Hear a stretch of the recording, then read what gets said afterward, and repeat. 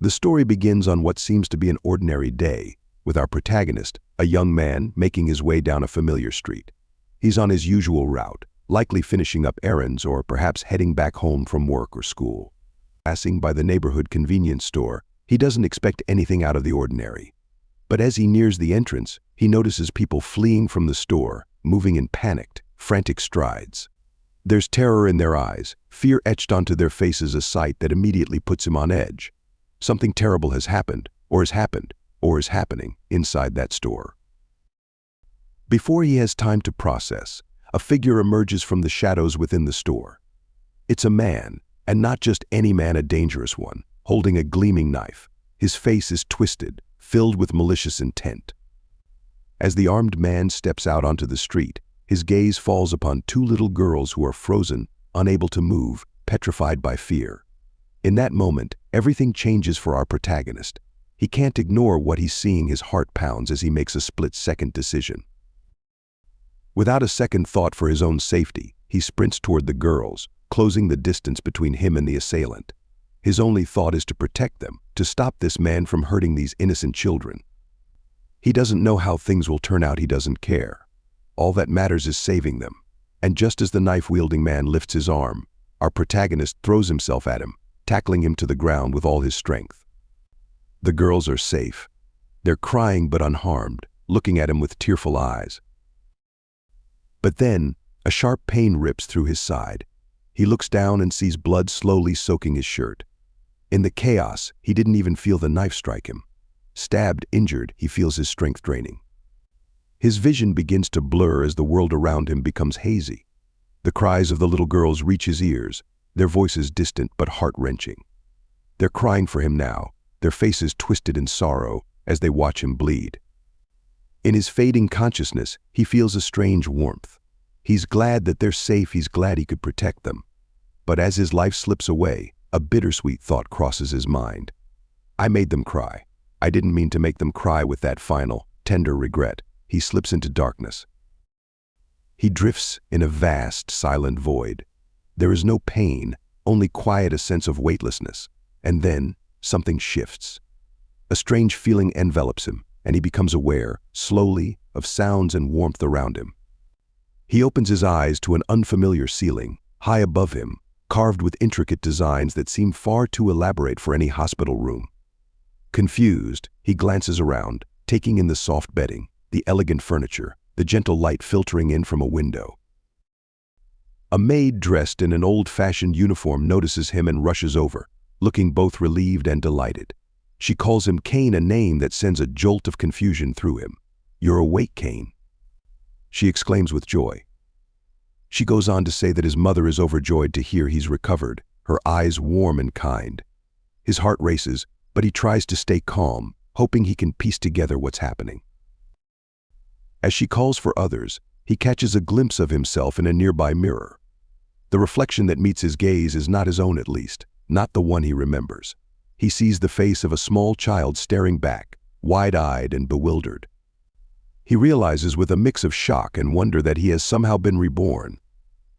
Am I in another world? Soon after, the maid who introduces herself as Sylvie returns with a woman who seems to radiate kindness. She's his mother, apparently, her face soft with motherly concern as she gently touches his cheek. She calls him Cain as well, her voice filled with affection. As they speak, he begins to understand he is in a noble family, reborn as a young boy with a new family and a new life in an unfamiliar world. When they leave to prepare a meal for him, he sits up, still dazed, struggling to come to terms with his reality. He had saved those girls, sacrificed his life without a second thought. But somehow fate, or perhaps some higher power, had granted him another chance. He looks around this luxurious room, marveling at the odd blend of luxury and antiquity, and decides he must learn more about this world. As days go by, he slowly learns about his new identity. He is now Cain von Silford, the young son of a powerful margrave named Garm. His family includes his gentle mother, Sarah, and an older sister named Rain. He also learns of his father's first wife, Maria, who has 2 sons of her own. His new father, Garm, is a man of considerable influence and is charged with defending their land's borders. Every day, Cain pieces together more details, using every moment alone to reflect on his situation. Sylvie becomes his guide to this world. She is endlessly patient and begins to teach him about their strange land, a place filled with magical creatures, adventurers, and powerful beings. He learns that magic is real, that stories he once considered fantasy are now his reality. He longs to try magic himself, to tap into the unknown forces that fill the world.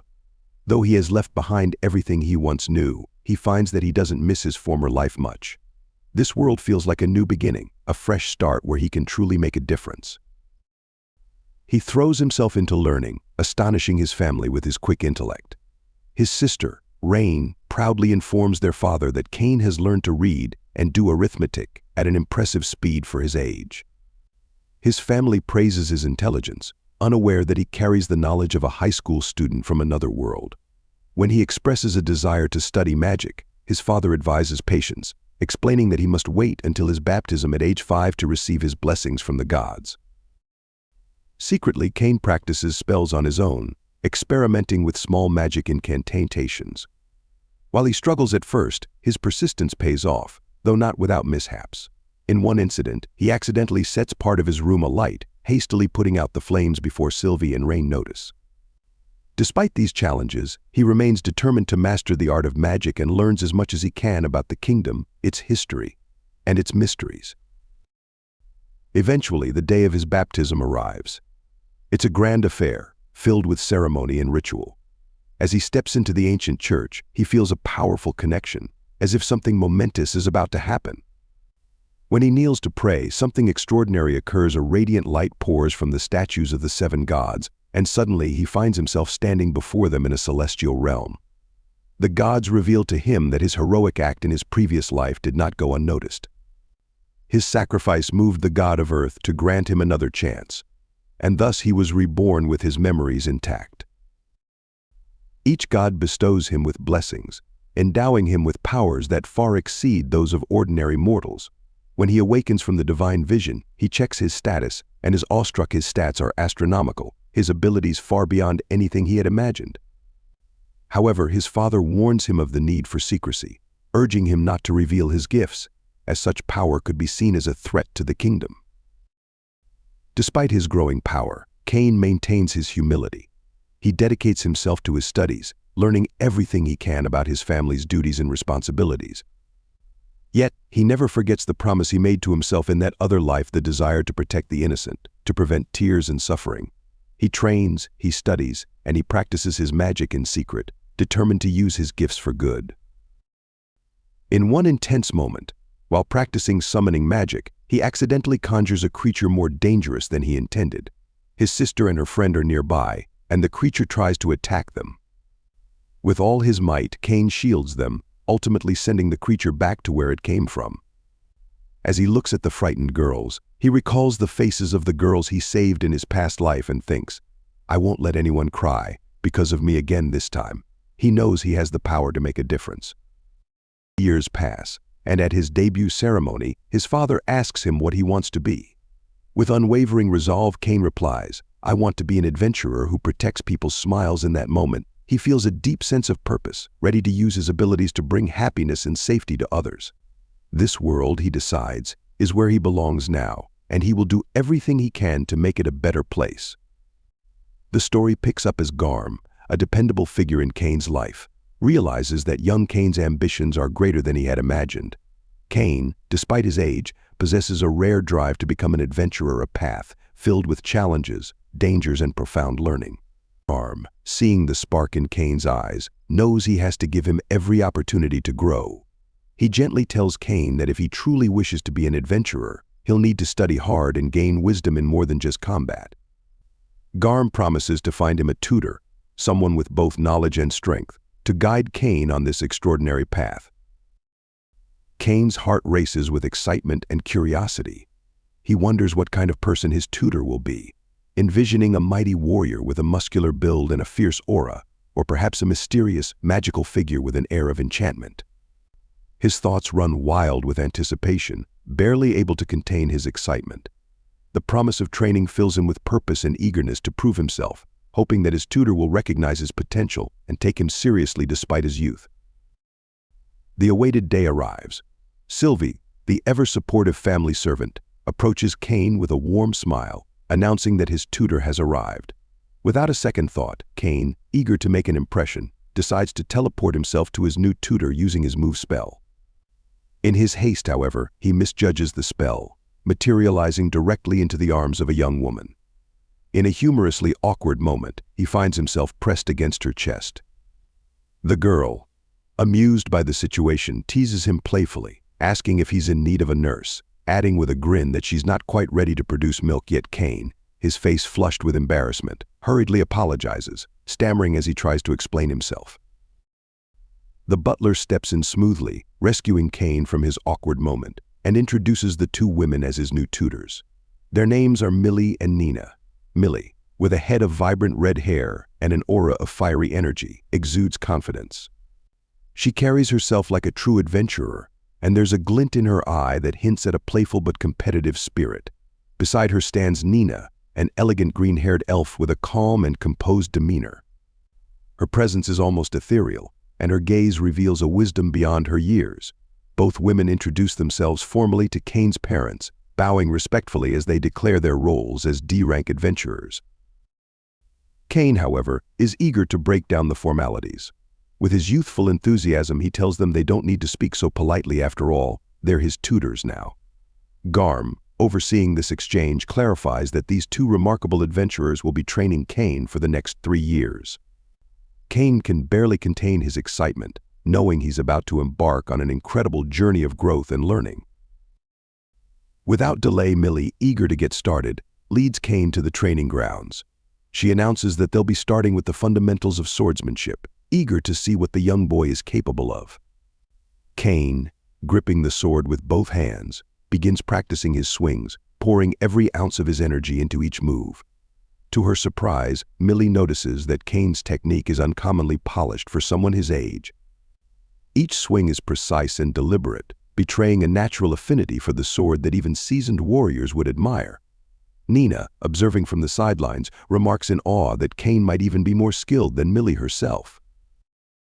Not one to back down from a challenge, Millie playfully refuses to be bested by a 5-year-old. She decides to test him further, suggesting they have a mock battle to see his full potential. Cain's eyes sparkle with excitement as he readies himself, eager to prove his worth. As the battle begins, Cain attacks with remarkable agility and speed, surprising both his tutors. He moves with the confidence of someone blessed by the gods, and Nina, astonished by his prowess, wonders aloud if Cain possesses the protection of the god of war. Cain, his face lighting up with pride, admits that he does, but shyly adds that his father warned him not to speak of it outside the family. Realizing that Cain's strength in combat is already beyond what she had expected, Millie knows she won't be able to keep up at this rate. She turns to Nina, proposing they move on to the next phase magic. Nina, who possesses level 3 protection from the goddess of magic, is more than ready to share her knowledge. She begins by explaining the fundamentals, demonstrating a few basic spells, but as soon as she starts, Cain interrupts, revealing that he already knows these spells. Curious, Nina asks him to demonstrate, and Cain surprises them by casting magic without any incantations, a skill that even the most experienced mages find difficult. The ease with which he performs the spell, and the fact that he can use all elemental magic, leaves both Millie and Nina in disbelief.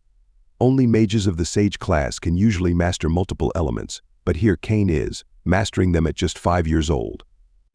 Nina wonders aloud if he also has the protection of the god of magic, to which Cain nods, causing his tutors to exchange glances filled with amazement and bewilderment. As if that weren't enough, Cain casually pulls a towel from his item box, a rare magical skill that only the most adept adventurers can possess. Millie and Nina can hardly believe it every time they think they've seen the extent of his abilities. Cain surprises them further. In a whisper, Millie confides to Nina that they may not be able to teach him anything he doesn't already know. Nevertheless, they press on, hoping to find new ways to challenge him and help him refine his abilities. Given Cain's immense power, they realize that training within the mansion grounds might be dangerous. Cain timidly admits that he's never left the mansion, except for his baptism, and his tutors agree it's time for him to explore beyond its walls. After discussing it with Garm, who gives his blessing with a tinge of concern, they venture out into the plains, where Cain can freely practice his spells without worry. Out in the open, Nina encourages Cain to try an intermediate spell on a nearby boulder. With a confident nod, he casts Firewall, reducing the boulder to rubble with a single blast. His tutors are astonished yet again, as such spells normally require significant energy and control. However, Cain seems unfazed, his magic reserves barely depleted. As they press on, a killer rabbit, a common, yet surprisingly vicious creature, leaps at Cain. Reacting instantly, Cain casts an air bullet, taking down the creature with precision. He proudly stores his first kill in his item box, his face beaming with pride at the prospect of showing it to his family. The training intensifies over the next few years, and Cain's abilities continue to grow at an alarming rate. He learns search magic from Nina, mastering it instantly, and even locating specific numbers of creatures in the area. When Nina warns him of a nearby forest filled with monsters that pose a threat to the city every decade, Cain's determination hardens. He promises to grow strong enough to protect his home and everyone he loves. Time flies, and before long, 3 years have passed.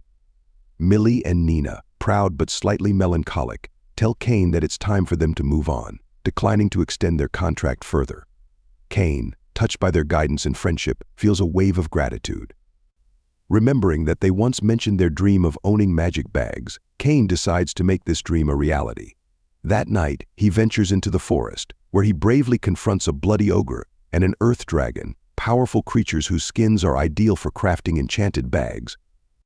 After a fierce battle, he emerges victorious, obtaining the materials he needs. The next morning, as Millie and Nina prepare to leave, Cain presents them with the magic bags he created himself. Millie's bag is crafted from the bloody ogre's hide, while Nina's is made from the earth dragon's skin. Each bag can hold an enormous amount, even as much as his mansion, a feature that leaves them speechless. They thank Cain with heartfelt kisses on his cheeks, promising him they'll always be there if he ever needs their help. That night, as Cain reflects on his journey, he's met by Garm, who holds up a familiar towel found in the forest, the evidence of Cain's recent adventure. Garm, ever the cautious father, gently reminds Cain of his youth and urges him to stay mindful of his limits. Cain, though stronger than ever, listens earnestly, knowing that no matter how powerful he becomes, he'll always have more to learn. In the years ahead, Cain dreams of standing as a protector, stronger and wiser, for the world and for the ones he cherishes most. The story unfolds as young Cain, with his remarkable strength and potential, finds himself face to face with a formidable dragon. Standing tall, its scales gleam in the sunlight, and its eyes burn with ancient fury. This powerful beast, feared by all, lets out a deafening roar, daring anyone to challenge it. But Cain, with a calmness far beyond his years, steps forward, his hand tightly gripping his weapon. Taking a deep breath, he focuses every ounce of his energy, channeling his power into a single strike. In one swift and decisive motion, Cain brings his weapon down, slicing through the dragon as though it were no more than air. The creature, once mighty and unstoppable, crumbles before him, lifeless. Cain blinks in disbelief, standing amidst the silence that follows the creature's fall. He feels a surge of pride mixed with astonishment, hardly able to accept that he has slain such a powerful being with a single blow. To confirm, he cautiously approaches the dragon's still body, nudging it gently. It's truly defeated. Overcome by curiosity, Cain checks his stats and finds something staggering. His magic points exceed 80 million, an almost incomprehensible level for anyone, especially someone his age. As he scans his stats further, he notices 2 new titles awarded to him: Enemy of All Monsters and Dragon Killer. These titles bring a sense of achievement, but they also remind him of the weight of his actions and the responsibilities that come with such power. 2 years pass since that fateful battle. Now 10 years old, Cain is on his way to the royal capital, where he will make his official debut in society. His young friend Reen, who's been eagerly awaiting this day, is thrilled at the prospect of living together in the capital. She dreams out loud of the adventures they'll share and urges Cain to start attending the academy right away. Her father, however, steps in gently, reminding her that Cain is still too young and cannot officially start his studies until he turns 12. Reen, undeterred, declares that she'll take the Academy's top position in the entrance exams, determined to prove her abilities. Cain, with his characteristic curiosity, asks how long their journey to the capital will take. Garm, his father, explains that it should take about a week if they don't encounter any monsters along the way. Ever proactive, Cain activates his search skill and quickly discovers that a battle is already raging 3 kilometers ahead. He senses a dozen or so knights struggling against a horde of monsters. Without hesitation, he informs his father, and Garm instructs their own knights to increase their pace. However, Cain, realizing that the knights might not arrive in time, takes matters into his own hands. He channels his wind magic, launching himself forward in a swift gust. As Cain reaches the scene, he witnesses the knights, fatigued and battered, struggling against a swarm of orcs, their leader a powerful orc general looming over them. Cain jumps into the fray, wielding both his magic and sword skills with unmatched precision. Each movement is fluid and calculated, his attacks cutting through the orcs with ease. In a matter of moments, he has defeated not only the orc soldiers but the fearsome general as well. Once the dust settles, Cain introduces himself to the astonished knights, revealing his noble lineage as the third son of Margrave Cain von Silford. Shortly after, Garm and their group of knights arrive at the scene. Garm surveys the aftermath, noting that Cain has already dispatched all the monsters and even taken the time to heal the injured knights. The knights, awestruck, express their gratitude as Cain uses his magic to restore their strength. He then carefully collects the bodies of the fallen soldiers, storing them in his item box to ensure their remains are honored and returned to their families. A carriage bearing the crest of Duke Santana pulls up nearby, and from within step Princess Celestia and Lady Silk, both visibly shaken but safe. Garm warmly greets them, relieved that they are unharmed. The princess and Lady Silk, equally grateful, thank Cain and his father for their timely intervention.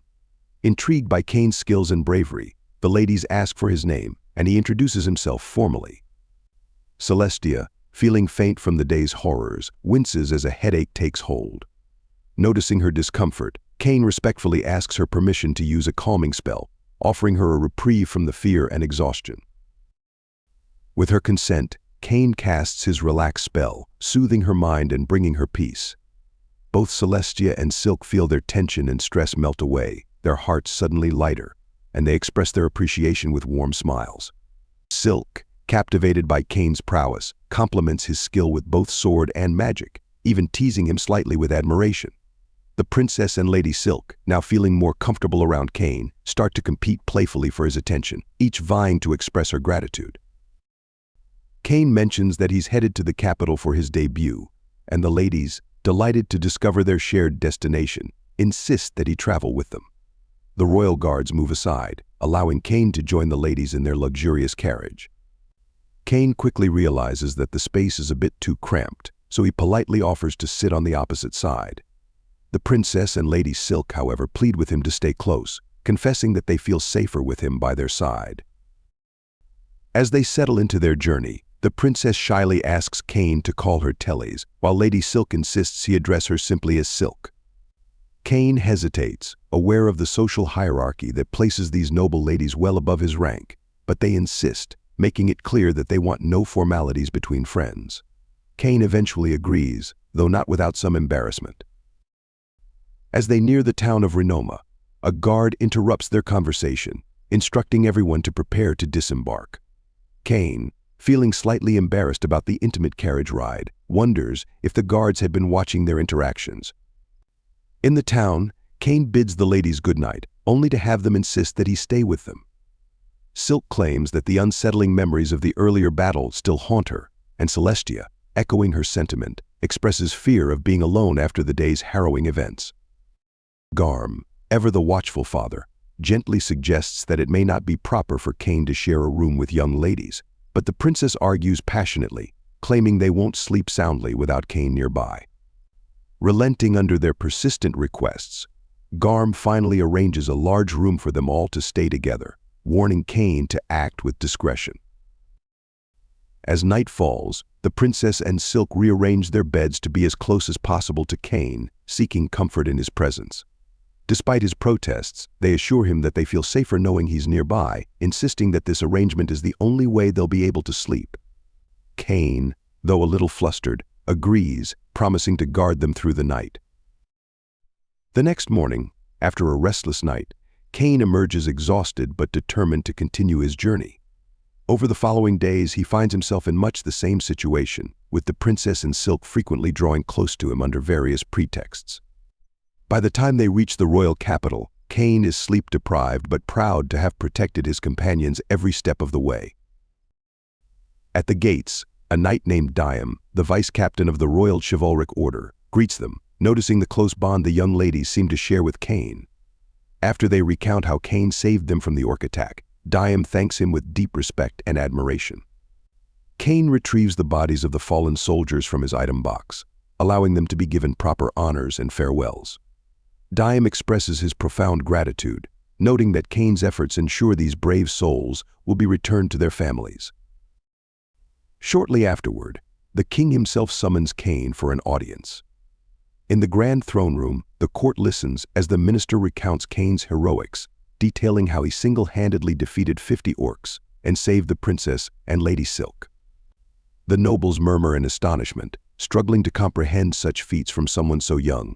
Impressed by Cain's bravery and skill, the king bestows upon him the rank of baron, along with 10 platinum coins and a mansion.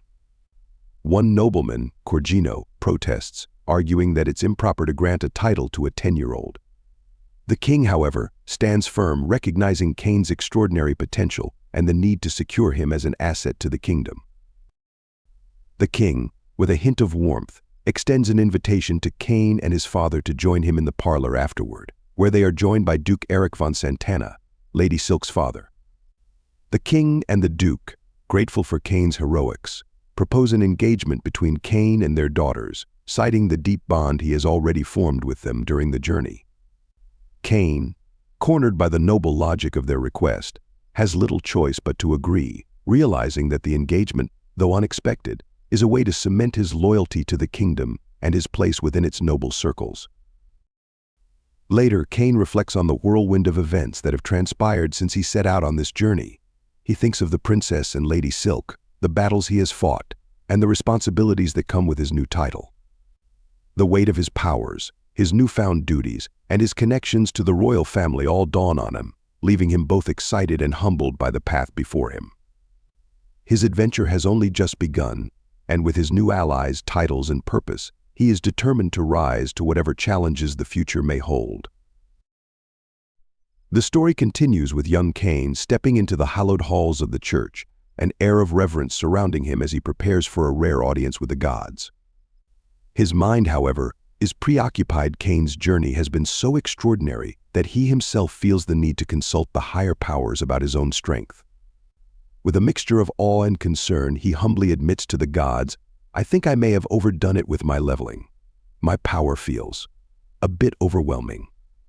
He waits with bated breath as he reveals his status, and the god Xenum, in all his wisdom, assesses the numbers that have elevated Cain far beyond the realm of ordinary mortals. Xenum's voice resounds with a curious mix of admiration and gravity. "Your strength is indeed remarkable, almost beyond comprehension for one so young. Tell me, Cain, would you consider taking your place as a demigod?" Xenum explains that the path of a demigod would align Cain with the mighty divine dragons and revered holy beasts' immortal protectors who bridge the human and divine realms. Cain feels a wave of awe sweep over him, the weight of such an offer almost too much to bear. But Xenum gently reminds him, "You must understand that even with such power, there are limits to what one soul can achieve alone." Shifting from this solemn proposition, Xenum's demeanor lightens, and with a wry smile, he brings up the lack of entertainment in their celestial realm. "Cain," he says, a glint in his divine eye, "you bring wisdom and knowledge from another world. Might you share with us something new, something that could bring some joy here?" Cain recalls fond memories of his past life and wonders if games from his old world might bring delight to this one. The gods eagerly encourage him, and with an excited determination, Cain promises to bring something new to life. The scene transitions, and Cain now finds himself in a bustling clothing shop, attempting to help his sister Rien with her shopping. But as her choices become increasingly elaborate, Cain starts feeling the familiar awkwardness of standing among so many dresses. He quietly slips outside for a breath of fresh air, where he stumbles upon Parma, the cat girl he saved during one of his earlier adventures. Her bright eyes light up when she sees him, and with a cheerful grin, she asks what he's doing there. Cain explains his upcoming debut, and Parma, eager to show him her progress, leads him to her uncle's shop. There, he meets Timanis, a merchant who immediately impresses Cain with his eclectic assortment of items. Cain's mind sparks with an idea, recalling the simple yet captivating game of reversey from his past life. With a smile, he proposes the idea to Timanis, explaining that a game like reversey could entertain nobles and commoners alike. Timanis, realizing the potential, agrees wholeheartedly.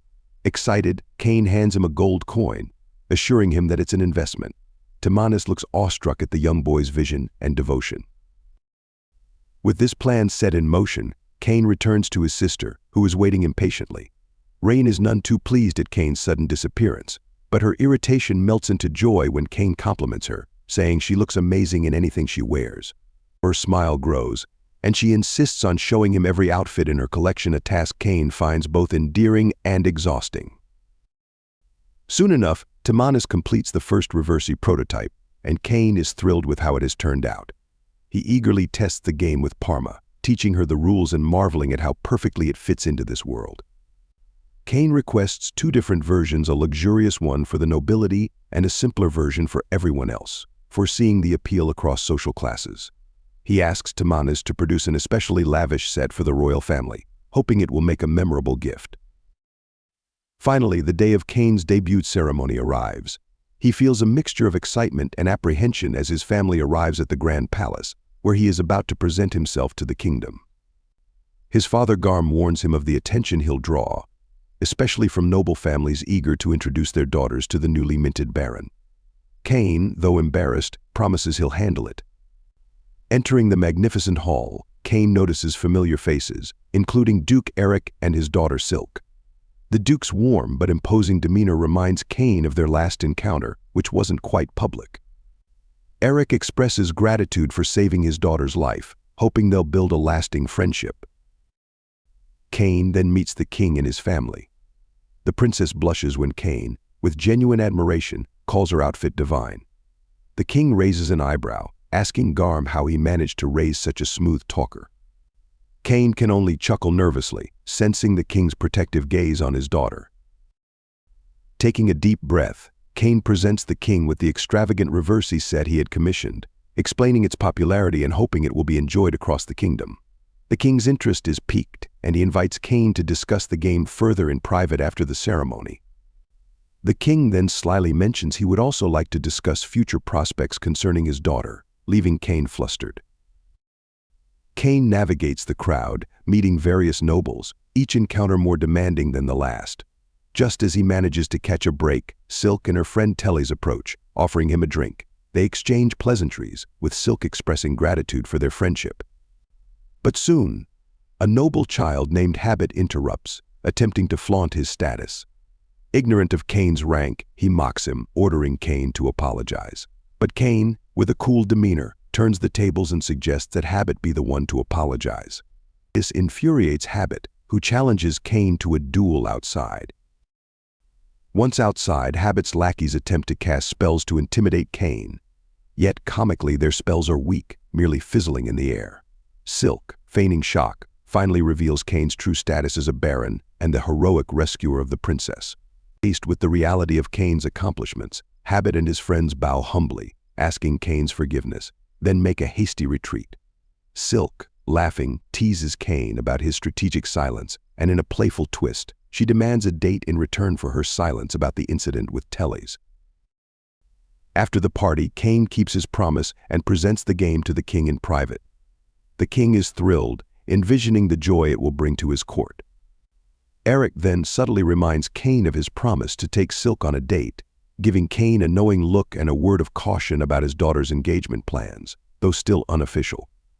Cain promises to handle everything with care, feeling both excitement and a slight pressure at his newfound responsibilities and relationships. The night ends with Cain pondering how his life has transformed. From defeating monsters and gaining godlike strength, to entering the royal circle and winning the trust of the kingdom, he is living a life beyond his wildest dreams.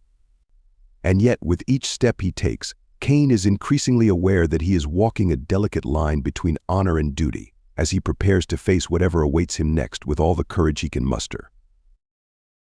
The story continues as Cain, still exhilarated by the whirlwind events, finally receives the keys and a map for his new mansion from Minister Magna. Magna chuckles, mentioning with a glint in his eye that the king had actually wanted to play a match of reversey with Cain as soon as he heard Cain was coming by. It had taken some serious persuasion to convince the king to wait. Cain is both honored and amused by the king's enthusiasm, but as he watches Magna and the other nobles in the room, he realizes something going home early might not be in the cards after all. Just then, Duke Eric walks in, eager to challenge Cain to his own match of reversey. Magna and several other nobles quickly chime in, each requesting a turn to play. Cain smiles with a mix of pride and resignation, realizing he'll be spending a bit more time here. It's not every day, after all, that a young baron captivates the interest of the realm's most influential figures. After several matches, the scene shifts to Cain arriving at his new mansion. Standing before it, he takes in the rundown exterior, the once grand building clearly showing the ravages of time. Even as he steps inside, the dim interior, cluttered with dust and broken furniture, doesn't faze him. With a quiet determination, Cain casts a light spell, illuminating each neglected corner as he begins his exploration. As he wanders from room to room, he sees the potential hidden beneath the grime and decay. Thinking to himself, he decides the mansion needs a serious makeover. Channeling his magic, he casts all clean and all repair spells. Instantly, the dust vanishes, walls and floors mend, and the mansion is restored to its former beauty. Cain feels a swell of pride as he surveys the now pristine space. It almost seems to sparkle. Moments later, Sylvie arrives with a group of maids. Her face lights up as she steps inside, delighted that Cain invited her to join him here. She's determined to make the mansion feel like a home, and she directs the maids to begin cleaning the various rooms. They soon realize, however, that the place is already spotless.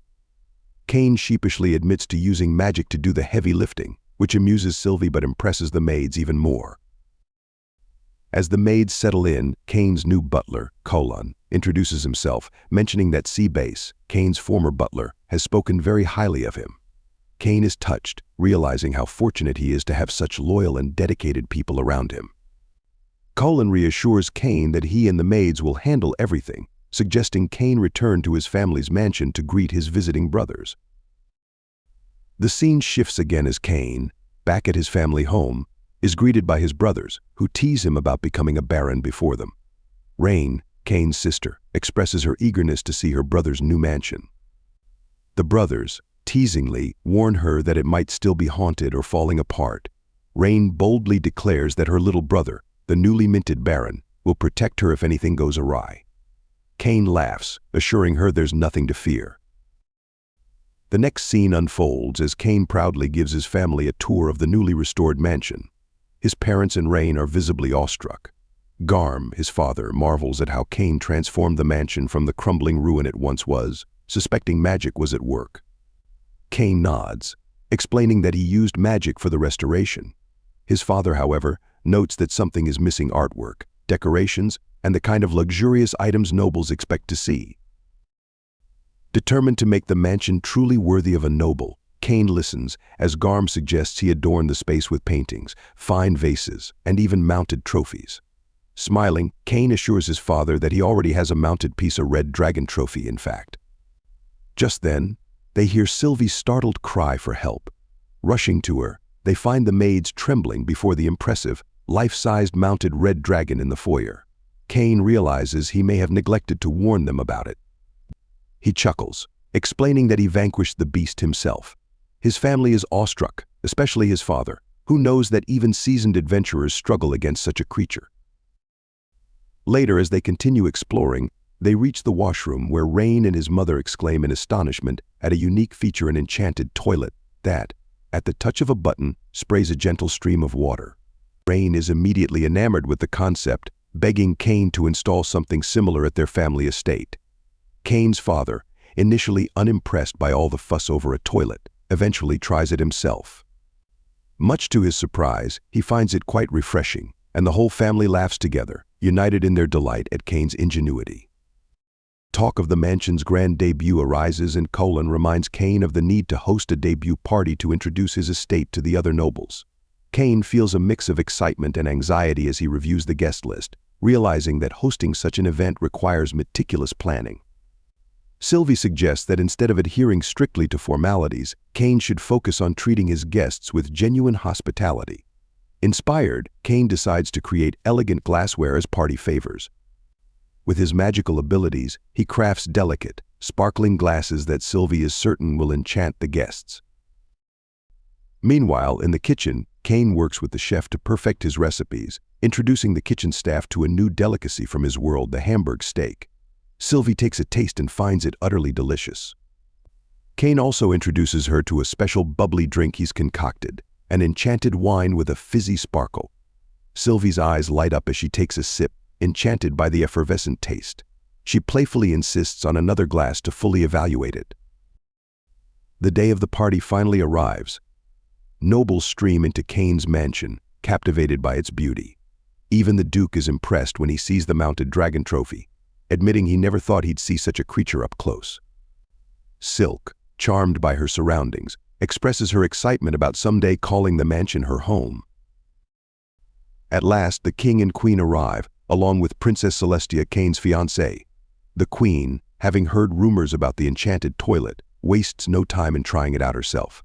Laughing, she insists that such a contraption must be installed at the palace immediately. The king, bemused, tries it himself, eventually joining in on the enthusiasm, and orders Cain to install one in the royal washrooms.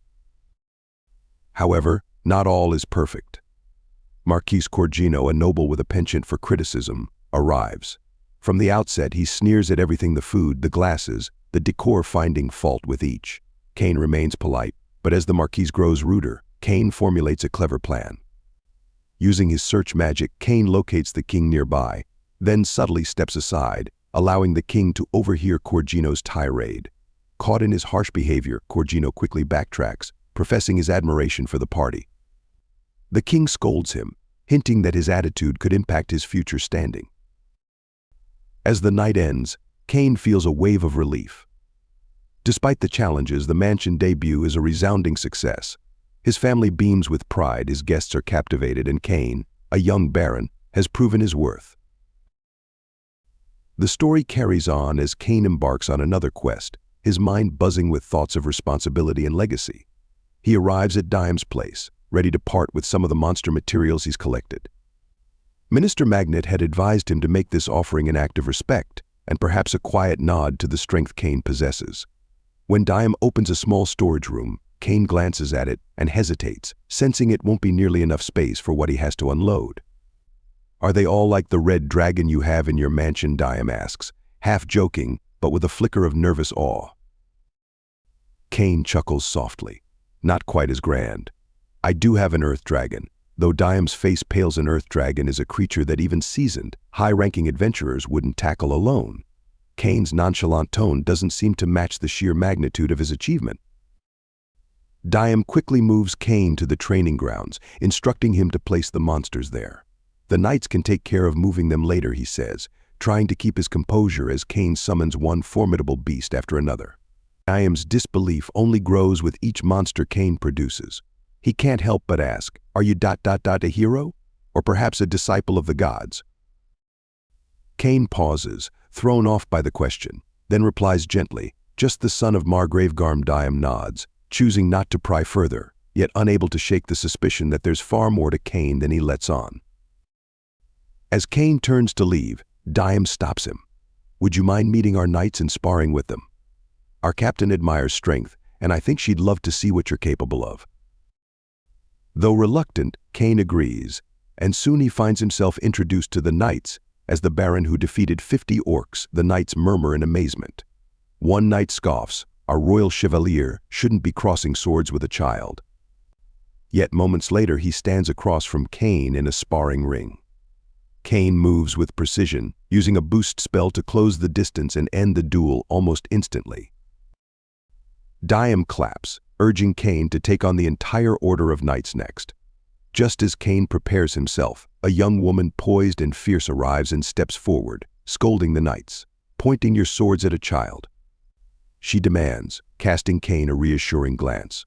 She's the captain, and she's clearly protective. With gleaming excitement, she requests a duel with Cain. Their match is intense, a whirlwind of flashing blades and magic as they each push the limits of their strength and speed. Cain surprises her with his clock-up spell, surpassing even her boosted speed, and within moments, he claims victory. The captain, seemingly undeterred, declares with a grin, "I've decided. I'm going to marry you." The knights gasp, and Cain, stunned, stammers out, "I'm only 10, and I don't even know you." Laughing, she introduces herself as Tifanna von Liebert, the daughter of Duke Liebert of the Northern Forest, and a viscountess. "Don't worry about age differences, I'm an elf. I'll live at least 300 years, she assures him, confident in her decision. Despite her lineage and social rank, Tifanna boldly insists she'll marry Cain, as she promised her father she'd only return home with a worthy partner. Cain's discomfort grows. He explains that, though honored, he must speak with his family first. Tifanna, unfazed, orders Dime to arrange a meeting with the king immediately. Dime's sigh reflects Cain's sentiment. This situation has spiraled beyond anything he could have imagined. In a blur of introductions and explanations, they find themselves before the king. With surprising directness, Tifanna declares, "Cain and I are to be married." The king blinks, turning to Cain. After hearing his story, the king asks, "Have you told her about Princess Talesia and Lady Silk?" Cain, blushing, admits he hasn't, considering it a confidential matter. Garm shakes his head in exasperation, noting that Tifanna's position as the daughter of Duke Liebert, the head of a territory as powerful as a small nation, adds complexity. Tifanna, undeterred by the revelation of Cain's other engagements, only grows more resolute, enchanted by the idea that he's already acknowledged by royalty and nobility alike. The king, seeing her determination, suggests she write a letter to her father, seeking his permission, and to wait before making any more plans. Tifanna readily agrees, leading Cain to draft the letter, and the king sighs, reflecting on Cain's power. Dime hints that perhaps Cain is no ordinary boy and may be destined for something greater. Later, Cain's fatigue shows, and he confides in Dime that Tifanna's training sessions are relentless, each one pushing him to his limits. "Thanks to you, she's gotten even stronger," Dime jokes. Tifanna soon seeks him out, eager for more sparring. But before she can spot him, Dime hastily drags Cain away, saying the king has summoned him again. This time, the king presents Cain with a book of emperor-level magic texts passed down in the royal family. As he inspects it, Cain realizes that this spellbook is written in a language long forgotten to this world, Japanese. The king, sensing Cain's knowledge, urges him to reveal his true identity. Cain hesitates, wrestling with the fear of losing everything if he's honest. After a deep breath, Cain begins. "I have memories of a past life, of a place called Japan. The first king of this land was from there too." He feels a weight lift as he continues, apologizing for keeping his secret for so long, worried his family might now view him differently. But the king, moved by Cain's sincerity, accepts his story, affirming that he's still the Cain they know and cherish. Just as the moment of understanding settles, Tifanna bursts in, waving a letter approving her marriage to Cain. The others exchange weary glances, and Cain, with a mix of resignation and amusement, is whisked away by Tifanna, who insists on yet another mock battle. And so Cain continues his journey, a hero, a noble, and a friend, with each new challenge unfolding a deeper understanding of his destiny and his heart. The story picks up with Cain carefully leafing through an ancient magic tome, a text so powerful it's reserved for only the highest levels of spellcasters. It's daunting, filled with complex emperor-level magic, but Cain's focus is unwavering. The book feels almost alive, humming with ancient energy as it reveals secrets long hidden from the world. But the biggest surprise isn't about magic at all. Instead, it's a truth buried in history that Cain hadn't fully realized until now. As he reads further, Cain's eyes widen as he stumbles upon a shocking revelation. The first king of this world, Uyatara Hirasawa, wasn't just a mythical hero, he was actually from Japan, the very place Cain remembers in distant, dream-like flashes from his own previous life. The book explains that Yuya was involved in a tragic accident back in Japan, and rather than dying, he was somehow transported to this world, much like Cain. The thought fills Cain with a strange mix of sorrow and awe. He's not alone in his experience. Someone else had once walked this same path, holding memories of a distant place, bridging two worlds in a way only a few could ever understand. Lost in thought, he's startled when he hears familiar footsteps. Telestia and Silk enter the room, and their eyes brighten at the sight of him with the massive tome. Thinking he must be studying for the academy entrance exams, they eagerly ask if they can study with him. Cain's heart aches a little as he looks at their hopeful expressions. They want to help and be close to him, but today he has other pressing matters. With a gentle smile, he apologizes and explains that he can't join them for studying just now, but promises that they'll get the chance to study together soon. Reluctantly, the girls accept his answer, though he can see the disappointment flickering in their eyes. After bidding them farewell, Cain steps out into the courtyard, only to find himself face to face with Tifana, who has her usual fierce yet friendly grin. She's been waiting for him, and without wasting a moment, she proposes a mock battle outside the capital tomorrow. Cain, surprised but appreciative of her enthusiasm, politely tells her that he's too busy for sparring just now, suggesting they reschedule. He can't tell her just yet, but today is a special day for him, one he's been anticipating for a long time. Today is his 12th birthday, the day he finally qualifies to register as an adventurer. He's been dreaming of this moment, and his heart races with excitement as he heads to the Adventurers Guild. Approaching the guild, Cain feels a mix of excitement and nerves. The place hums with activity, the walls lined with bustling adventurers, each one seemingly stronger or more seasoned than the last. As he looks around in awe, he accidentally bumps into a man with a shock of red hair. The man chuckles, recognizing Cain as a newcomer, and with a friendly pat on the shoulder, he advises Cain to take care and be mindful, as one wrong move could be the difference between life and death. Cain nods, thanking the man, but something nags at him. The man's red hair and aura seem oddly familiar, though Cain can't place where he's seen him before. Once at the counter, the guild receptionist hands Cain a registration form. Cain hesitates for a moment, contemplating whether he should include his title of Baron in his name. He knows that revealing his noble status might change how people treat him, and he doesn't want that. Determined to prove himself based on his own abilities, he leaves it out, filling in only the essentials. The receptionist takes the form, processes his registration, and hands him his very first guild card, stamped with a G rank, the starting point for all new adventurers. Cain clutches it, feeling a surge of pride and excitement. But his moment of pride is abruptly interrupted by a grating voice. A loud, rough-looking adventurer approaches, clearly sizing Cain up as an easy target. He mocks Cain, calling him a kid and telling him to run home before he gets hurt. Cain sighs inwardly. He's faced his share of bullies, and this is nothing new.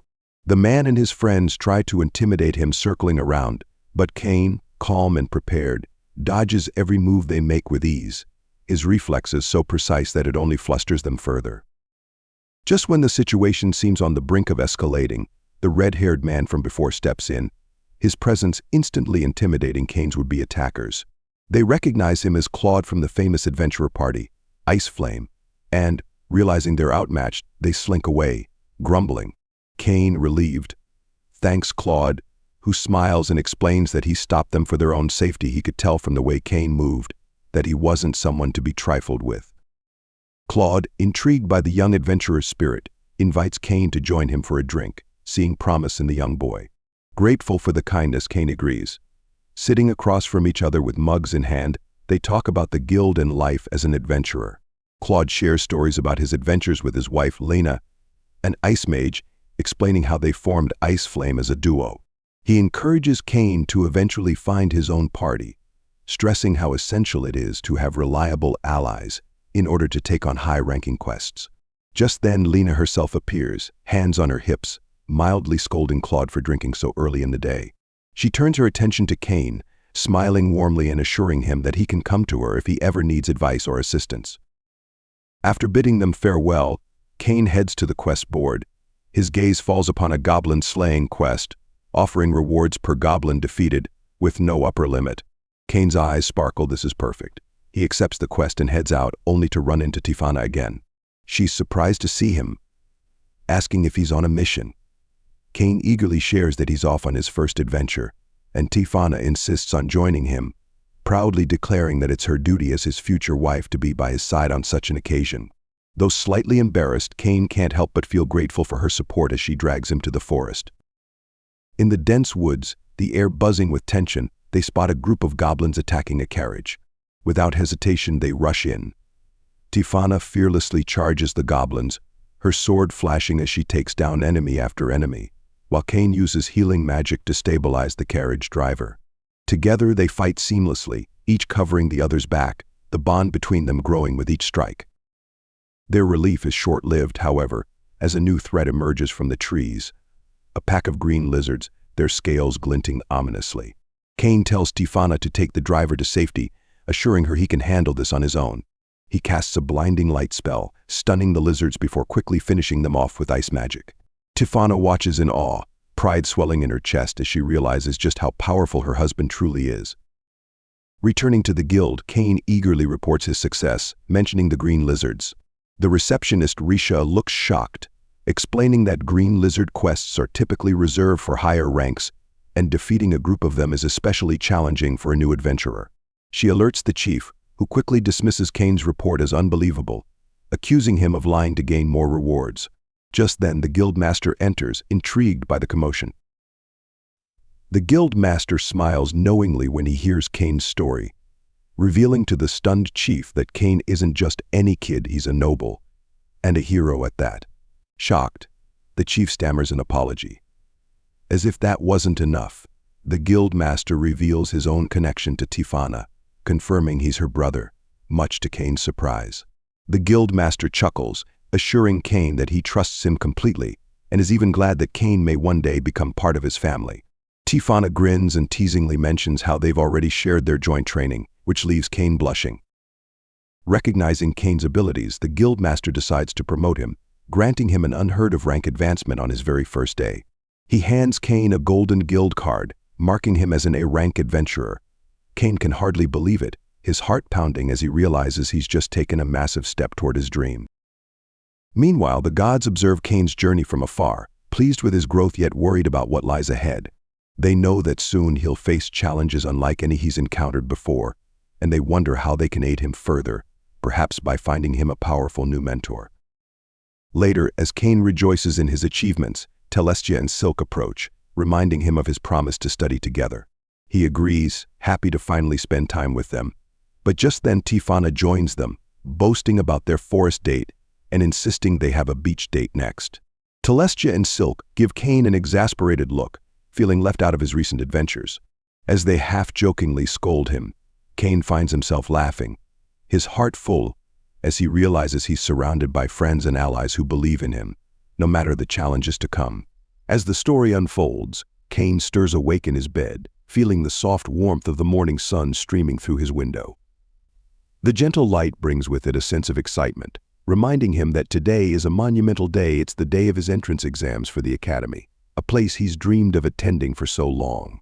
His heart races with anticipation, and he feels a rush of both pride and nervousness. But before he can fully get up, he hears a quiet knock at his door. The door opens to reveal Sylvie, who steps in with an apologetic look on her face. She greets him with a soft, "Good morning, Cain. I'm so sorry for waking you up so late today of all days. I'd never forgive myself if you were late because of me." Her words are filled with genuine concern, and Cain can see she's trying to hurry him along, worry creasing her brow. Cain, though, manages a reassuring smile.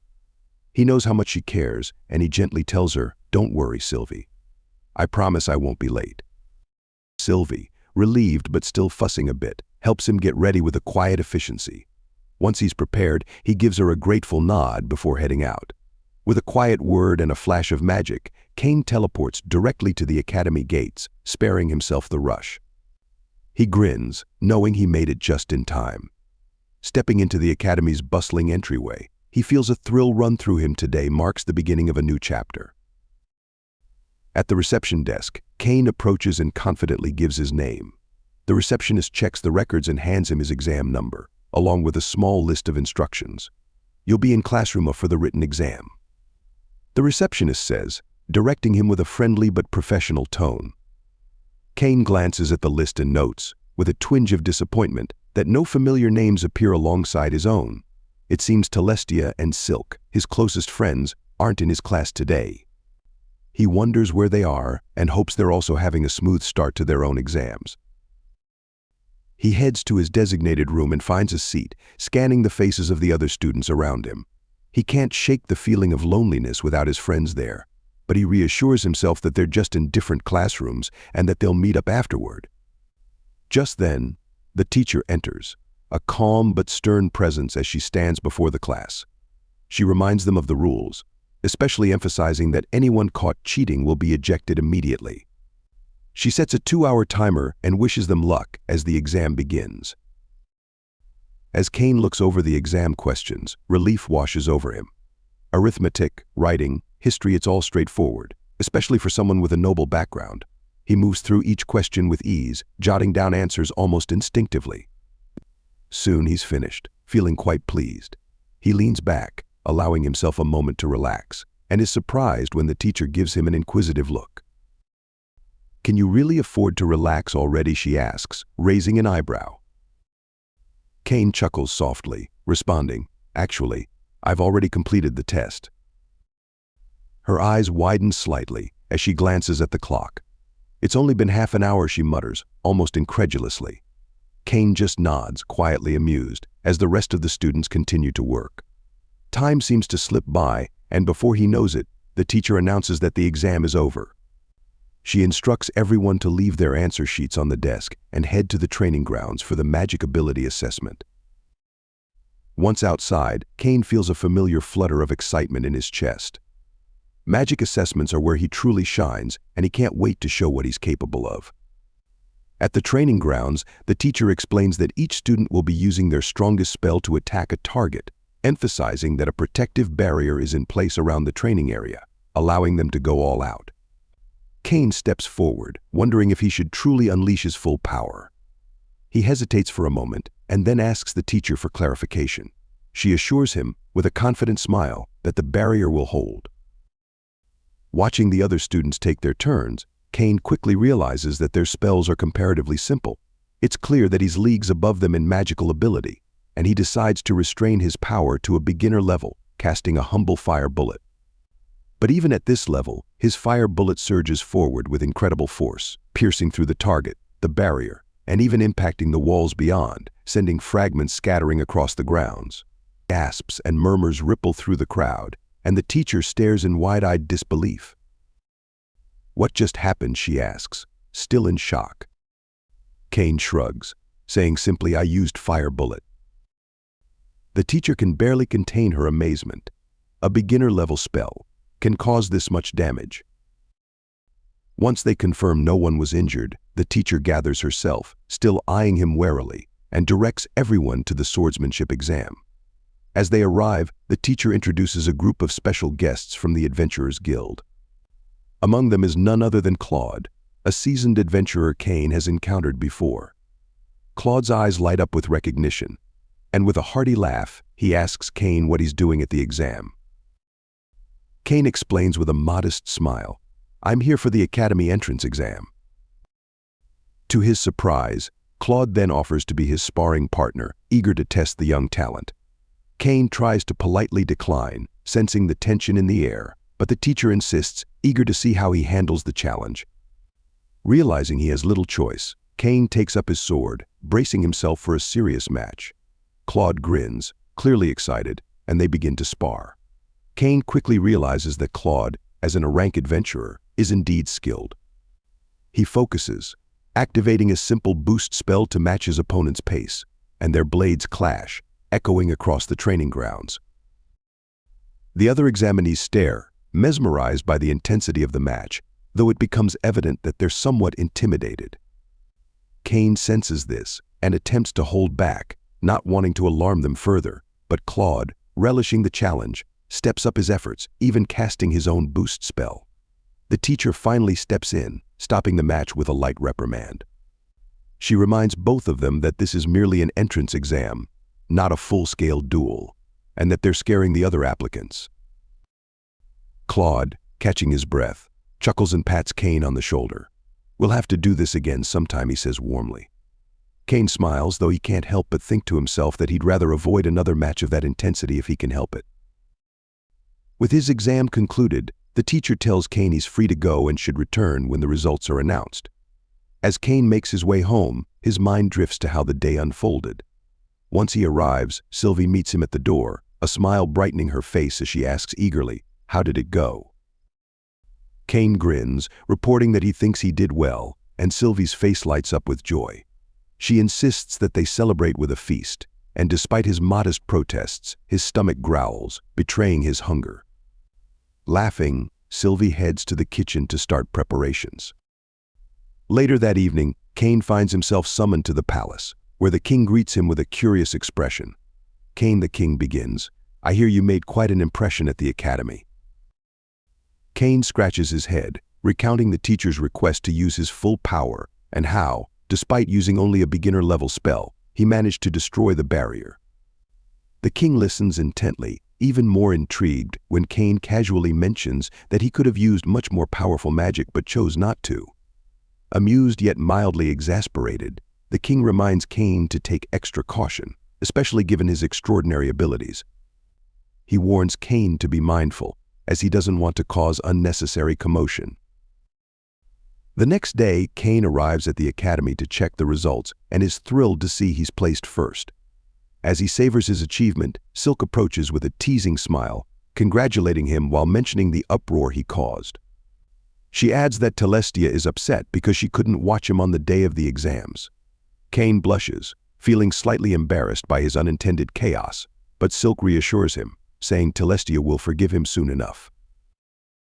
As they chat, his older sister, Rain, appears, congratulating him on his high marks and reminding him to prepare for the entrance ceremony speech.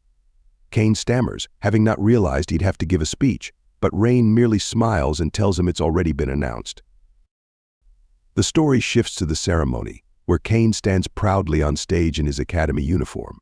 In his speech, he expresses his hope that the academy will be a place for people of all backgrounds to connect and learn together. His words resonate with the students, many of whom clap and cheer, inspired by his ideals. The king, observing from his seat, gives a knowing smile, aware that Cain's presence will bring both growth and challenge to the academy. As the days pass, Cain settles into his new life, attending classes with Celestia and Silk. They discuss their courses, with Celestia choosing subjects to help her manage a noble estate and Silk aiming to study commerce. Cain decides to focus on adventuring, magic, and magical items, thinking these will best prepare him for his dreams.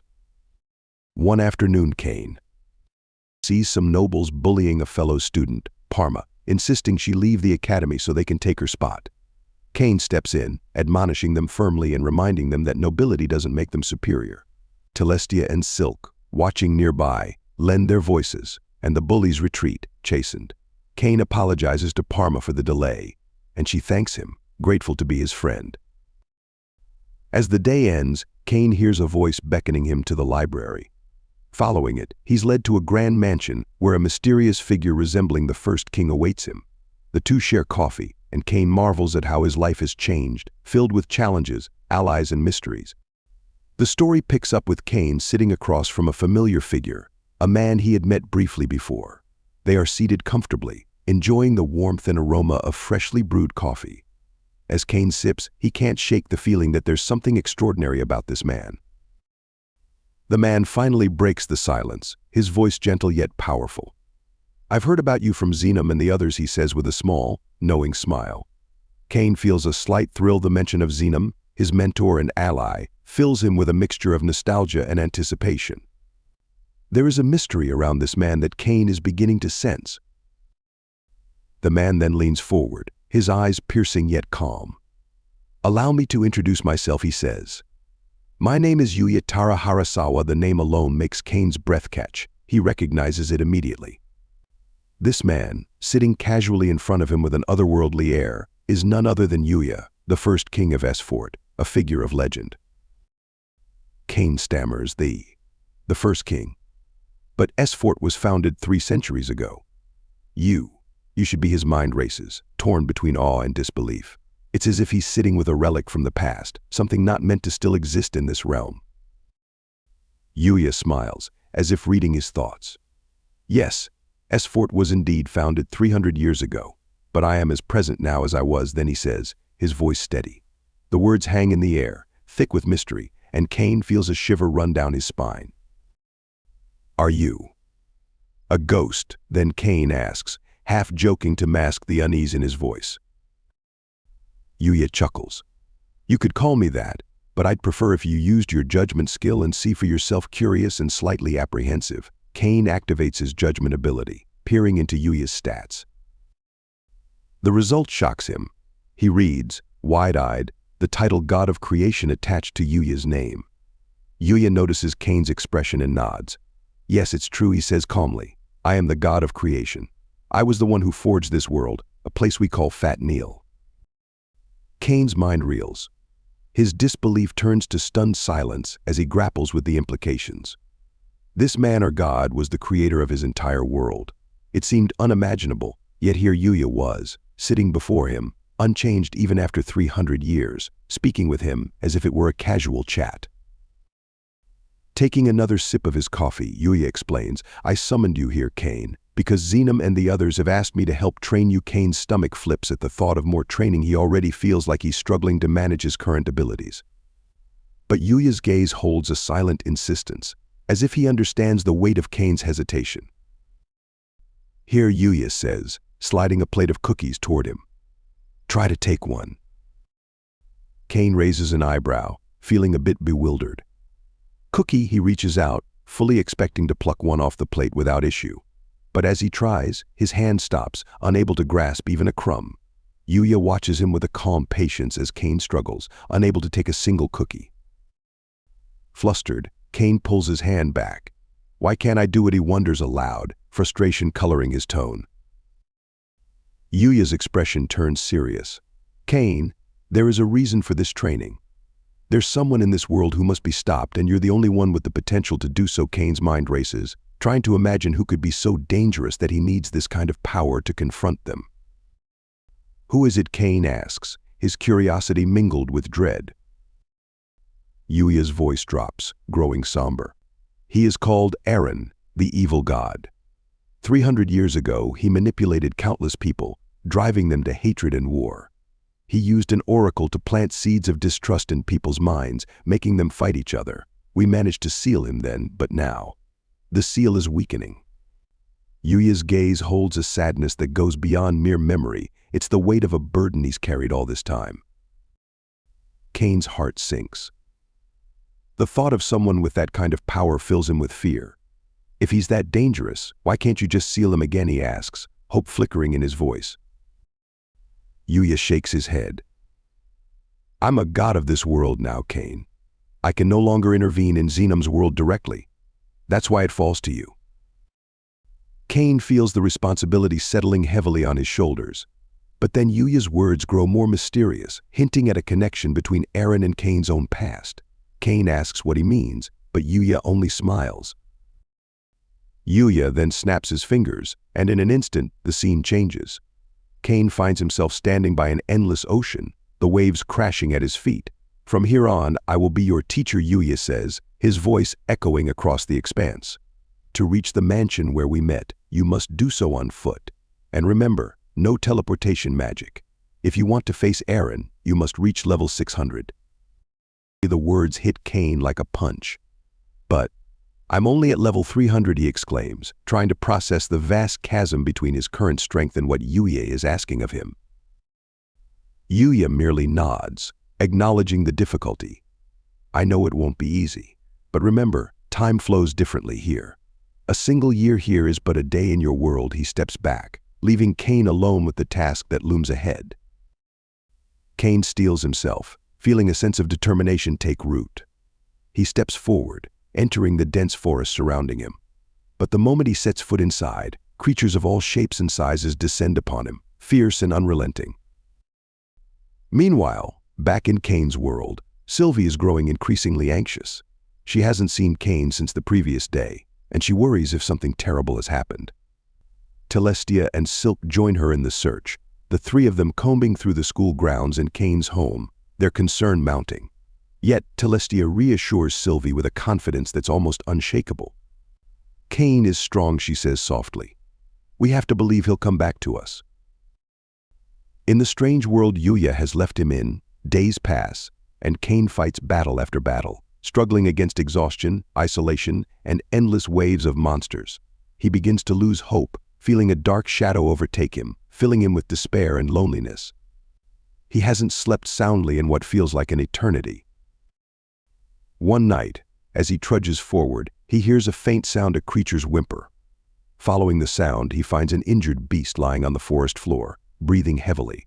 The sight stirs something within him, and Cain raises his weapon, murmuring that he'll end its misery. But as he looks at the creature, a memory flickers in his mind. The reason he was brought here in the first place was to protect.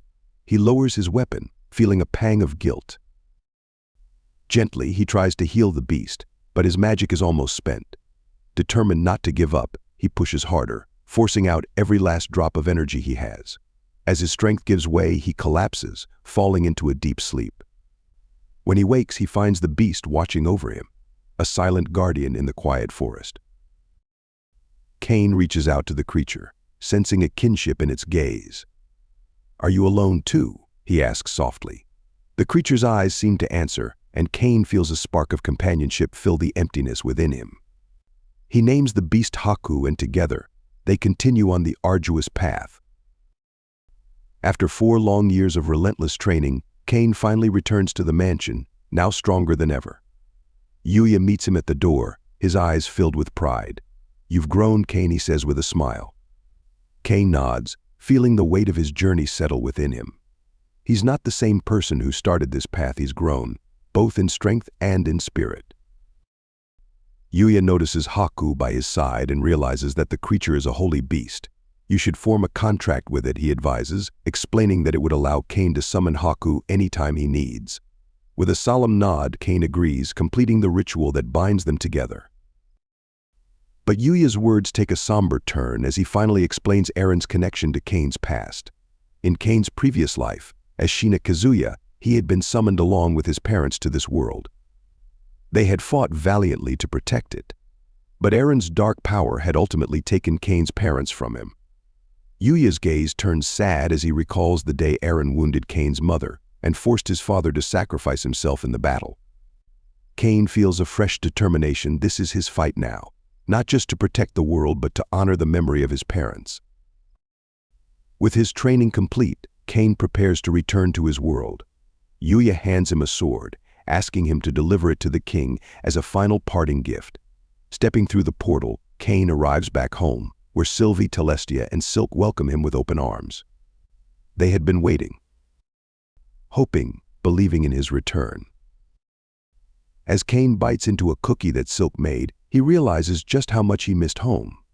Tears fill his eyes as he looks at his friends, the people who believe in him and give him strength. He thanks them, feeling a warmth that even the fiercest of battles couldn't extinguish. With his friends by his side and his heart resolute, Cain knows he's ready for whatever lies ahead. The story resumes with the current king hearing the astonishing news that Cain met the legendary first king. However, the king is skeptical, unable to believe such a claim outright. Cain remains calm and explains, "Yes, I met the first king himself. He lives in a different realm now, a world he created, one where he is known as the god of creation." The king narrows his eyes in doubt but listens intently as Cain continues. He's in a separate world of his own design, a place that feels both ancient and endless. Cain elaborates. It's not just his power that's impressive, but his very presence. Cain then reveals a sword, a finely crafted katana bestowed upon him by the first king. The king's eyes widen as he recognizes the weapon. It bears a striking resemblance to the first king's legendary blade, long thought lost to time. In that moment, the king's doubt begins to melt away. He studies the katana with reverence, nodding slowly. It must be true, then.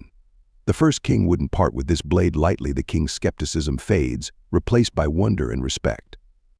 In his letter, he even mentions that you underwent training under him. Cain nods, recalling the grueling years he endured. "Yes, it's true. The training was beyond anything I could have imagined. Day and night, for 5 long years." The king's expression shifts to one of confusion. "But Cain, you were only gone for 5 days. How could you have possibly trained for 5 years? Cain sighs, his gaze distant. Time flows differently in that realm. What felt like 5 days here became 5 years for me. He tries to shake off the memories, though they linger, leaving an indelible mark on his soul. Just then, Duke Eric arrives with an update, bringing Cain back to the present. A notice came from the Adventurers Guild, he says with a hint of concern. They're warning that your registration might be cancelled unless you complete a quest to advance to rank soon. Cain is taken aback, knowing his hard-earned reputation could be on the line. The scene cuts to the guild, where Cain immediately seeks out the guildmaster to clarify the situation. Why is my registration on the verge of being cancelled, he asks, frustration evident in his tone. The guildmaster looks up, meeting Cain's gaze with a mixture of relief and reproach. I was worried about you. You disappeared for days without a word. We've got adventurers depending on you, Cain sighs, offering an apology, explaining that he had been preoccupied. However, the guildmaster doesn't let him off the hook so easily. I heard from Tefana that you went off somewhere without telling anyone, he says, raising an eyebrow. Cain shifts uncomfortably before refocusing on the issue at hand. About my registration, he prompts. Yes, the guildmaster waves his hand, exasperated. When I promoted you to rank A, there was a quest I needed you to complete within a set time frame. That time is almost up, he leans forward, voice firm. You need to complete this quest immediately, or your registration will be cancelled. Cain tries to protest, but the guildmaster's expression softens, giving him a pointed look. It's simple, Cain. Accept the quest now, or your title as an adventurer is on the line. Reluctantly, Cain agrees. The guildmaster details the mission. A group of bandits has been terrorizing travelers on the route between Gracia and the royal capital. There are 10 of them, the guildmaster states with confidence. Given your strength, you should be more than capable. Cain nods, understanding the urgency, and sets off. Soon, he's flying above the road, scanning the area for any sign of the bandits. He spots a group of travelers under attack and swoops down to intervene, only to realize, with horror, that the victims are none other than his former teachers, Millie and Nina, along with Parma's father. Seeing Millie injured, Cain's protective instincts kick in. Without hesitation, he heals her wounds, feeling a surge of anger at the bandits. You'll pay for this, he mutters, unleashing his power upon them and taking them down with ease. Once the threat is dealt with, Parma's father expresses his gratitude. Thank you, Cain. I don't know what we would have done without you. Cain brushes it off, explaining that he was on a quest to deal with these very bandits. Millie and Nina, still in shock, ask, isn't this kind of quest reserved for higher ranks? Cain nods and flashes his rank card. Their astonishment only grows, and Parma's father wonders aloud what to do with the captured bandits. Leave it to me, Cain says confidently, guiding the bandits to the guild in a carriage.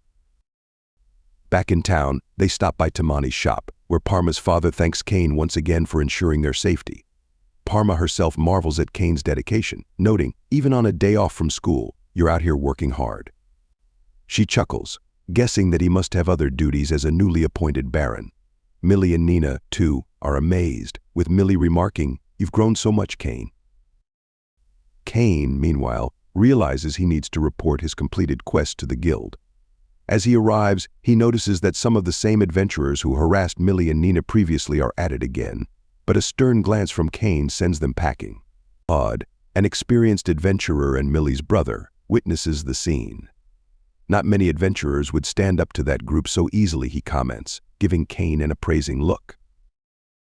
Millie explains that she and Nina once tutored Cain, and Claude laughs. Well, this calls for a drink, he declares, leading them to a nearby tavern. During their conversation, Claude asks Cain how he managed to become so strong. Cain hesitates, choosing not to reveal the full truth about his divine training. Millie fills in the gaps, noting Cain's feats with a tone of admiration. He's even been appointed his own land as a baron, she adds, leaving Claude astounded. After their reunion, Cain heads to the academy, ready to showcase his progress. But his magic teacher cautions him not to use attack magic on school grounds, as even his beginner-level spells are powerful enough to disrupt the academy's barriers.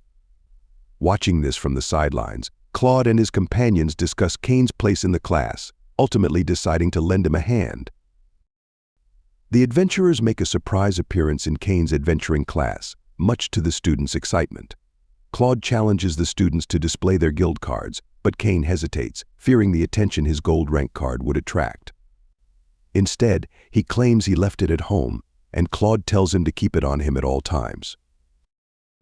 At the training grounds, Claude offers to spar with the students in mock battles. Cain eagerly waits for his turn, but Claude deliberately saves him for last. When the class finally ends without their match, Claude reassures Cain that there will be a next time. Cain's frustration simmers, and he later takes out his annoyance on the beasts in the forest near his father's domain. Unbeknownst to him, a patrol mistakes his rampage for a threat. The captain, Garm, finds evidence of his actions, including a dropped handkerchief, and reports it to the king as a possible sighting of the fabled Prince of Darkness. Later in the royal palace, the king confronts Cain, having received Garm's report. "Did you know about this?" he asks, voicing his concern about the destructive force in the forest. Cain attempts to dismiss the incident, but the king presses further, prompting Cain to finally admit the truth about his hidden training. In a distant part of the kingdom, a sinister presence stirs. A dragon, part of the dark god Aaron's form, devours monsters, and Aaron revels in the weakening seal that binds him. His ominous words echo, "The gods better prepare, for I am returning." Back in town, Garm shows Cain the handkerchief he left behind and grumbles, "You're causing quite the trouble, young man. Perhaps it's time you let us in on your plans." Cain can only smile, feeling the weight of his secret life shared among those who believe in him. The adventure continues with our protagonist, Cain, as he finds himself immersed in yet another day of magical learning. The scene unfolds in his classroom, where the lesson today is about summoning magic, a branch of mystical arts that Cain has yet to fully explore. His teacher calls out his name, asking if he's ready to join the lesson. She notices that Cain has been studying on his own, diving deep into the magical arts without the aid of his classmates or teachers. But today, she assures him, he can participate freely. There won't be any dangerous attack magic involved. Excitement brews as the teacher introduces a special guest instructor for the class, a palace mage named Grat, a respected figure in the magical community. Grat stands before the students, explaining that summoning magic is more complex than they might think. He tells them there are two main types: one, where a mage must establish a bond with a monster, forming a mutual contract, and another that relies on a magical summoning circle, which calls forth a creature and attempts to bind it to the summoner's will. He clarifies that they will be practicing the latter today, reassuring the class that any monster they summon without forming a contract will simply vanish. Each student takes turns channeling their magical energy into the summoning circle provided by Grat. One by one, they manage to summon small, harmless creatures, cute, miniature beasts that are as docile as they are delightful. The classroom is filled with laughter and excitement, as most of the students succeed without any trouble. However, one student overestimates his magic and summons a creature far larger than he can handle. He tries to form a contract but falters, his limited magic unable to contain the beast, which soon disappears back into the void. Finally, it's Cain's turn. He steps up to the circle, feeling a mixture of anticipation and curiosity. He wonders how much magic he should pour into the circle. What if something overwhelming appeared? Grat notices his hesitation and, with a reassuring smile, tells him not to worry if anything too powerful shows up. It will simply vanish if Cain can't form a contract with it. With this reassurance, Cain begins to release his magic into the circle. But soon it becomes clear that something extraordinary is happening. Cain's magic power is immense, and he finds himself unable to stop pouring energy into the circle. Grat's calm demeanor shifts to concern, urging Cain to pull back. Yet the summoning continues, drawing an overwhelming amount of power until at last, a dark figure begins to emerge, a demon. And not just any demon, but the Prince of Darkness himself. He stares at Cain, bewildered by the audacity of a human daring to summon him. The classroom is plunged into silence, and Cain's classmates look on in awe and terror. The demon glares at Cain, assessing him. He sneers, questioning why someone as powerful as the Prince of Darkness has been summoned by a mere mortal. But Cain, with his quick thinking, uses a flash spell, temporarily blinding everyone, including the demon. As the demon's sight returns, he peers at Cain again, this time recognizing his unfathomable magical aura. Realization dawns on him, and he drops to his knees, addressing Cain with respect. "Please, spare me," he pleads. "I will gladly form a contract with you, and if you command, I would even destroy entire nations." Cain, taken aback, reassures him that he has no intention of causing such destruction. The demon introduces himself as Seth and offers to bind his loyalty to Cain, just in case. With a bit of reluctance, Cain agrees, forming a contract with Seth, who then fades back into the otherworldly realm. Grat stands in shock, barely able to process what has just happened. Did Cain truly just summon the Prince of Darkness? Cain, realizing he may have overdone things, casually brushes it off, trying to downplay the event. Grat, still shaken, decides to let it slide, understanding that the powers at play are far beyond his own. Soon, news of this incident reaches the palace. The king summons Cain, wanting to know exactly what happened at the school. Cain reluctantly admits that he indeed summoned the Prince of Darkness, leaving the king wide-eyed with disbelief. The king warns Cain of the potential catastrophe that could have unfolded if the demon had turned hostile, endangering the entire capital. Cain apologizes, explaining that the magic circle seemed to have taken over, drawing out his energy in ways he couldn't control. The king orders Grat never to speak of what he has witnessed, warning him of the consequences should he break this silence. Grat agrees, fully aware of the danger. The king then commands Cain to show his current status. When Cain reveals his stats, both the king and Grat are awestruck. Cain's status is beyond mortal limits. He has reached the level of a demigod, with powers unfathomable. Once more, the king asks him if he intends to destroy the kingdom, to which Cain simply replies that he desires no such thing.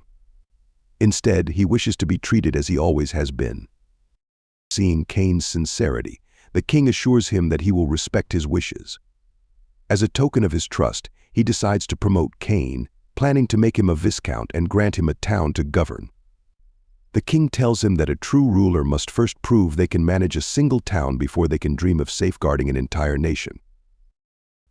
Later, Cain shares his news with Sylvie, who is thrilled for him and suggests they celebrate his promotion.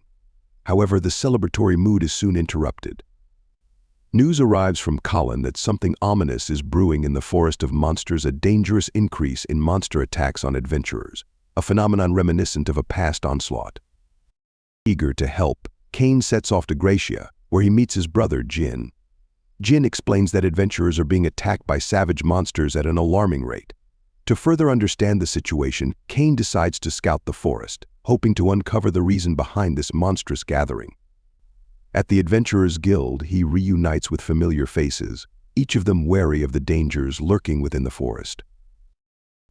As Cain and his companions enter the forest, they face waves of powerful monsters. Amid the chaos, Cain feels an eerie presence watching him, sensing that this onslaught may be driven by something far greater than they realize. Summoning Seth, Cain asks for his help in identifying this unseen enemy. Seth agrees, enlisting his own subordinate, Dalmatia, a creature specialized in reconnaissance. Red dragons soon emerge from the forest depths, and Cain quickly dispatches them, astonishing his allies with his raw strength. Meanwhile, Dalmatia uncovers more unsettling news. A dark power lies deep within the forest, commanding this monstrous horde with sinister intent. Cain returns to the guild to inform his allies of the grave situation, urging everyone to prepare. As the monsters begin their rampage, Cain sets out with renewed resolve, his heart set on protecting his people. With Seth and his loyal friends by his side, Cain plunges into the heart of danger, facing an army of monsters in a battle that will test the full extent of his powers and his will to protect those he loves.